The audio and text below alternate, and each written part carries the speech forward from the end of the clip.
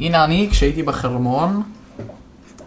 שלום לכם, אנחנו היום עושים תוכנית בישול, הנה באתי איתי איזה מניאק מהרחוב.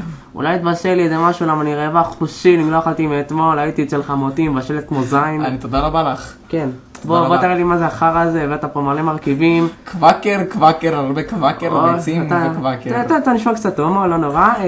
טוב, הנה אני רואה. נכון, אתה צודק.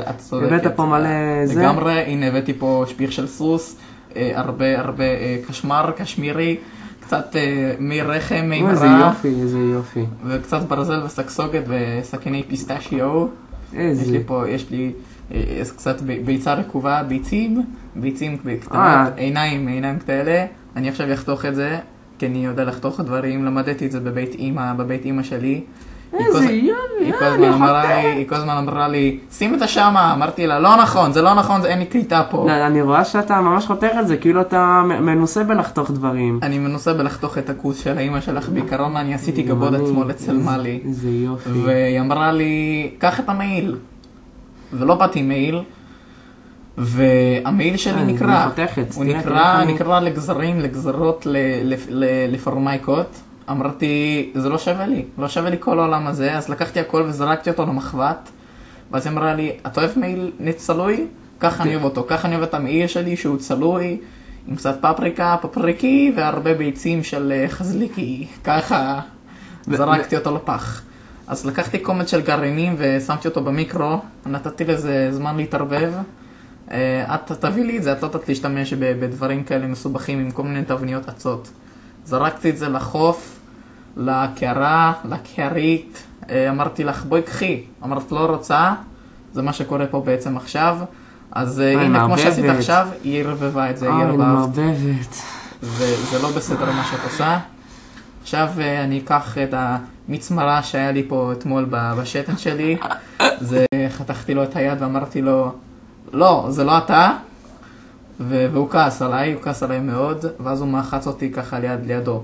עכשיו, לפני שבאתי לתוכנית, באתי לבן אדם ואמרתי לו, שרוק או שאני קופץ מהבור, חתכתי את זה, בדיוק ערבבתי את זה ככה כמו שאני עושה פה, הנחתי אותו בחזרה בתוך התבנית, ופשטידה, ערבבתי את הפשטידה. מי אמר שאם תרצו זה לא דרך. שפכתי את הדם שלו לתוך התבנית עם המי עצות ככה, הנחתי אלפקה, ואמרתי לו תחתוך קוביות בדיוק ככה. הבאתי לו מגש, אמרתי לו בוא תניח את זה פה, שים על המנגל, נכניס את זה קצת לטוסטר אובן, ניתן לה מאסטר פרפקציוניסט. איזה יופי, זה מדהים. לעשות את העבודה שלו. וכל זה הופך לסוליה. כן, את מכניסה הכל ל-240 מעלות.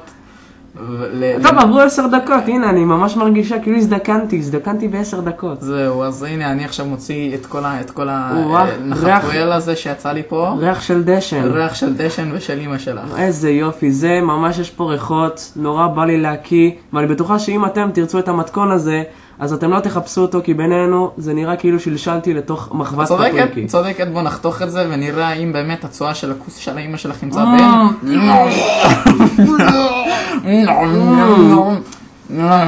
חרא של סוס. טעים מאוד. מרגישים את הציפורן. הנה אמא שלי כשהייתה קטנה, והיא הרבה מאוד. אתה לא תגיד לי. ניחוחות מקולורדו.